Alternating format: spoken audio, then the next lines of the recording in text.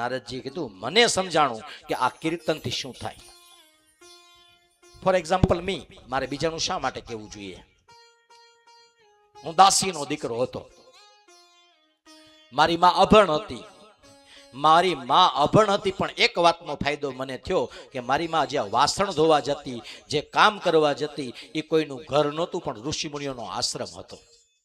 એટલે નાનો હતો, મારી માં મારી આંગળી પકડી અને આશ્રમમાં લઈ જાય.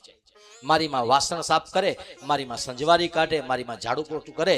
ત્યારે મારે કાંઈ કામ ન હોય એટલે યજ્ઞશાળામાં જે બ્રાહ્મણો મંત્ર બોલતા હોય ને ત્યાં ઊભો હોઉં. બ્રાહ્મણ મને કાંઈ ચીંધે, કાંઈ મંગાવે તો હું એને સમીધ અંબાવું, ઘી અંબાવું, કાંઈ સાફ પાણી ભરી દઉં, બીજું ત્રીજું કરી દઉં. અને પછી બ્રાહ્મણો યજ્ઞ પૂરો થાય એટલે મને પ્રસાદ આપે. અને યજ્ઞનો પ્રસાદ મારા પેટમાં પડ્યો. મારા પૂર્વના હજારો જન્મના જે પાપ ને અજ્ઞાન હતું એ બધું બળીને રાખ થઈ ગયું. એક દિવસ દેવયોગી એવું થયું કે મારી માં લાકડા વીણવા ગઈ અને લાકડા વીણવા ગયેલી મારી માને સર્પ કરડ્યો. મારી માં મૃત્યુ પામી. મારી માં મૃત્યુ પામી. બાળક તરીકે દુઃખ થયું પણ એક જીવ તરીકે મને આનંદ થયો કે ભગવાને મને બંધનથી મુક્ત કર્યો.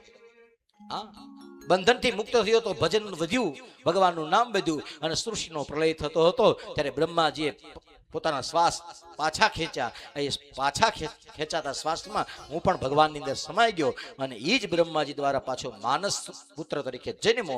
અને દેવતાઓએ મને વીણા આપી અને 4 અક્ષર આપ્યા, નારાયણ. 4 જ અક્ષર. પણ યાદ રાખજો વ્યાસજી, આ 4 અક્ષરનો મહિમા 4 વેદ કરતા અલગ વધારે છે. નામ લિયા ઉન જાન લિયા सकल शास्त्र का भेद, बिना नाम नर के गया पढ़ पढ़ चारो वेद.